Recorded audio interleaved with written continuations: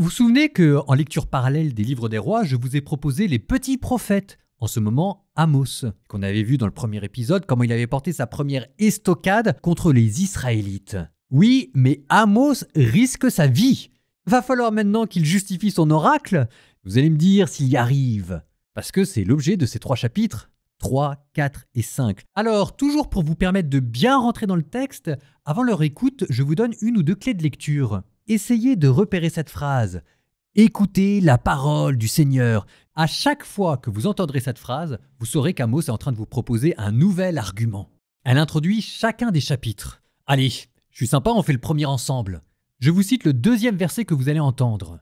Écoutez la parole du Seigneur, je vous ai distingué vous seul parmi tous les peuples de la terre, aussi je vous demanderai compte de tous vos crimes. Sous-entendu, c'est parce que je vous ai choisi que je vais vous demander compte de tous vos crimes.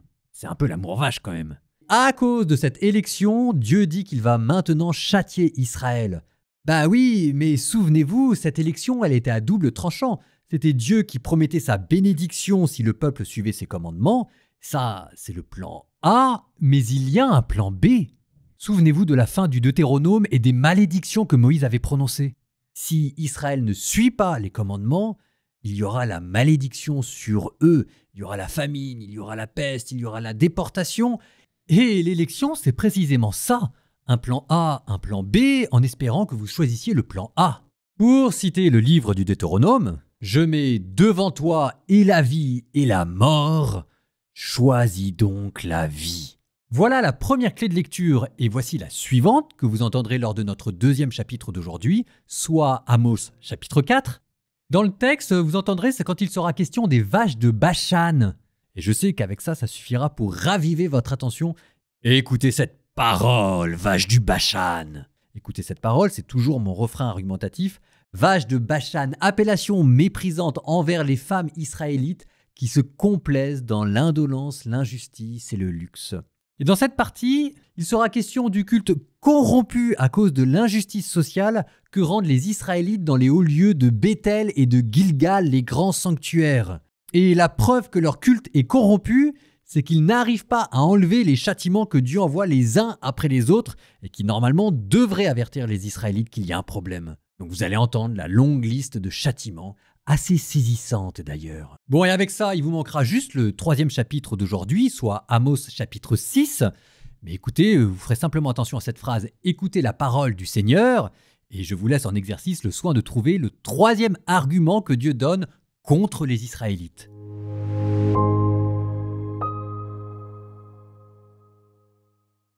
Écoutez cette parole que le Seigneur prononce contre vous, fils d'Israël, contre tout le peuple qu'il a fait monter du pays d'Égypte. Je vous ai distingué, vous seuls, parmi tous les peuples de la terre. Aussi je vous demanderai compte de tous vos crimes. 2 hommes font-ils route ensemble sans s'être mis d'accord? Est-ce que le lion rugit dans la forêt sans avoir de proie? Le lionceau va-t-il crier du fond de sa tanière sans avoir rien pris? L'oiseau tombe-t-il dans le filet posé à terre sans y être attiré par un appât? Le piège ne se relève-t-il pas du sol sans avoir rien attrapé? Va-t-on sonner du cor dans une ville sans que le peuple ne tremble? Un malheur arrive-t-il dans une ville sans qu'il soit l'œuvre du Seigneur? Car le Seigneur Dieu ne fait rien sans en révéler le secret à ses serviteurs les prophètes. Quand le lion a rugi, qui peut échapper à la peur? Quand le Seigneur Dieu a parlé, qui refuserait d'être prophète? Proclamez près des palais d'Ashdod, près des palais du pays d'Égypte, dites, assemblez-vous sur les montagnes de Samarie, voyez les grands désordres au milieu d'elles, en elles, que d'oppression. Ils n'ont pas su agir avec droiture, oracle du Seigneur, ceux qui entassent dans leurs palais violence et rapine. C'est pourquoi, ainsi parle le Seigneur Dieu, l'ennemi encerclera le pays, il te dépouillera de ta force, et tes palais seront pillés. Ainsi parle le Seigneur, comme un berger sauve de la gueule du lion 2 pattes ou un bout d'oreille.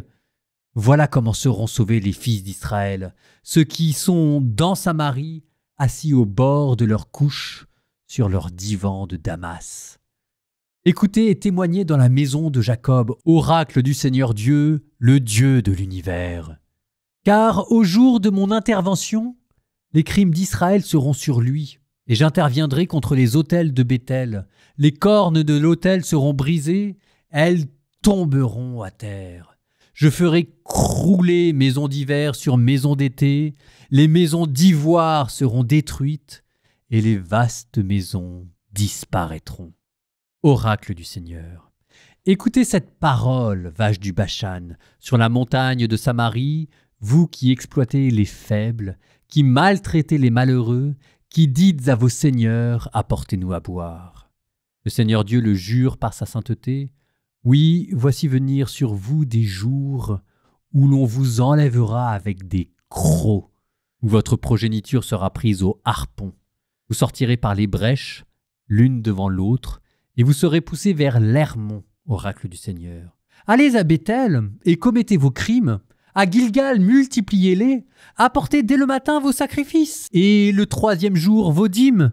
Faites fumer en action de grâce du pain sans levain. Proclamez en public des offrandes volontaires, car c'est cela ce que vous aimez, fils d'Israël, oracle du Seigneur Dieu. Quant à moi, voici ce que je vous ai donné. Rien à vous mettre sous la dent en toutes vos villes, plus de pain en aucun lieu, et vous n'êtes pas revenus à moi, oracle du Seigneur. C'est moi aussi qui vous ai refusé la pluie. À 3 mois de la récolte, j'ai fait pleuvoir sur une ville, et sur une autre ville je n'ai pas fait pleuvoir. Une passerelle a reçu la pluie, et une autre, sans pluie, s'est desséchée. 2 ou 3 villes se traînaient vers une autre ville pour boire de l'eau, mais sans être désaltérées. Et vous n'êtes pas revenus à moi, oracle du Seigneur. J'ai frappé votre blé de rouille et de niel, et tous vos jardins et vos vignes, vos figuiers et vos oliviers, la chenille les a dévorés. Et vous n'êtes pas revenus à moi, oracle du Seigneur. J'ai jeté la peste chez vous, comme en Égypte. J'ai tué par l'épée vos jeunes gens comme on a capturé vos chevaux. La puanteur de votre camp, je l'ai fait monter à vos narines. Et vous n'êtes pas revenus à moi, oracle du Seigneur. Alors j'ai tout détruit chez vous, comme Dieu a détruit Sodome et Gomorrhe. Vous étiez comme un tison sauvé de l'incendie, et vous n'êtes pas revenus à moi, oracle du Seigneur. C'est pourquoi, voici comment je vais te traiter, Israël. Et puisque c'est ainsi que je vais te traiter, prépare-toi, Israël, à rencontrer ton Dieu, car c'est lui qui façonne les montagnes et crée le vent, qui révèle aux hommes sa pensée.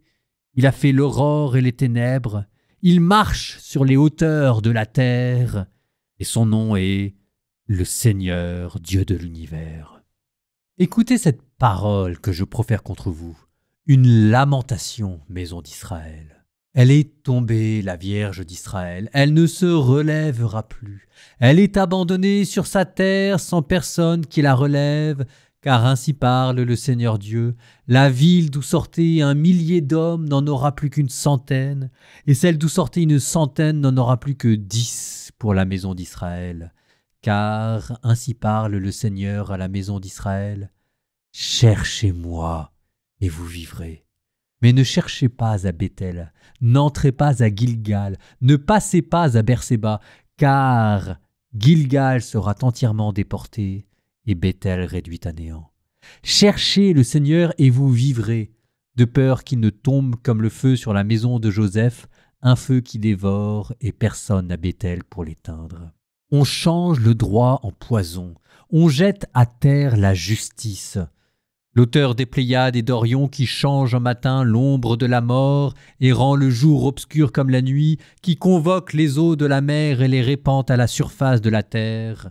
Son nom est le Seigneur. Sur le puissant, il déchaîne la dévastation et la dévastation arrive sur la citadelle. Au tribunal, on déteste celui qui réprimande et l'homme intègre dans sa parole, on le hait.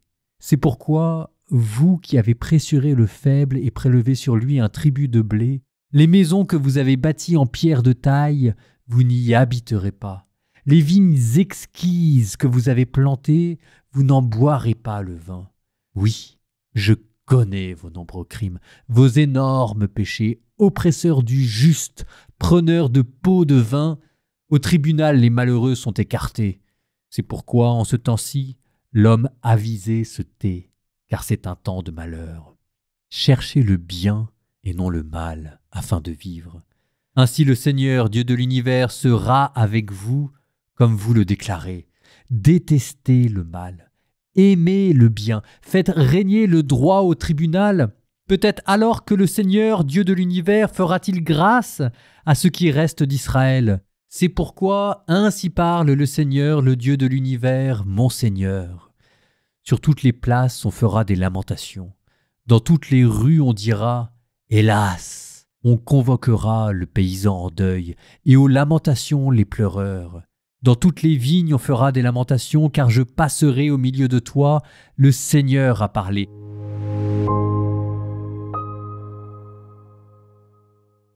Est-ce que vous avez repéré au 5e chapitre la phrase refrain qu'il introduisait « Écoutez cette parole que je profère contre vous ». Mais oui, ensuite il était question de cette Vierge d'Israël, une formule bien trempée mais que l'on entend pour la première fois et qui a peut-être frappé vos oreilles. Elle est tombée, la Vierge d'Israël. La question c'est, que vient faire une vierge sur un champ de bataille? Eh bien c'est Dieu qui se moque des armées israélites qui, pensait-on, étaient imbattables et qui ici sont comparées à une jeune fille. Et puis à nouveau, ces deux sanctuaires païens construits en plein Israël qui sont la cause de tous les malheurs. Bethel et Gilgal, l'un au nord, l'un au sud de la région israélite. On apprendra plus tard que dans ces sanctuaires, les Israélites avaient construit des veaux d'or. Mais un vrai veau en vrai or. Et de la même manière, puisqu'on en est dans les refrains, vous avez entendu par 3 fois cette parole qui revenait « Cherchez-moi et vous vivrez ». C'est toujours ce choix entre le plan A, bénédiction, et le plan B, malédiction. Je mets devant toi la vie et la mort. Choisis la vie. Et nous terminons, encore une fois, en guise de prière par un psaume. C'est un peu compliqué en ce moment les commentaires, je cours un peu après le temps. Psaume 88, deuxième partie. Autrefois, tu as parlé à tes amis. Dans une vision, tu leur as dit « J'ai donné mon appui à un homme d'élite. J'ai choisi dans ce peuple un jeune homme. J'ai trouvé David, mon serviteur. Je l'ai sacré avec mon huile sainte et ma main sera pour toujours avec lui. Mon bras fortifiera son courage. L'ennemi ne pourra le surprendre, le traître ne pourra le renverser. J'écraserai devant lui ses adversaires et je frapperai ses agresseurs. Mon amour et ma fidélité sont avec lui. Mon nom accroît sa vigueur. J'étendrai son pouvoir sur la mer et sa domination jusqu'au fleuve. Il me dira « Tu es mon Père, mon Dieu, mon roc et mon salut. Et moi, j'en ferai mon fils aîné, le plus grand des rois de la terre. Sans fin, je lui garderai mon amour. Mon alliance avec lui sera fidèle. Je fonderai sa dynastie pour toujours, son trône aussi durable que les cieux. Si ses fils abandonnent ma loi et ne suivent pas mes volontés, s'ils osent violer mes préceptes et ne gardent pas mes commandements, je punirai leur révolte en les frappant et je châtierai leur révolte, mais sans lui retirer mon amour ni démentir ma fidélité. Jamais je ne violerai mon alliance, ne changerai un mot de mes paroles. Je les jurai une fois sur ma sainteté. Non, je ne mentirai pas à David. Sa dynastie sans fin subsistera, et son trône comme le soleil en ma présence, comme la lune établie pour toujours, fidèle témoin là-haut.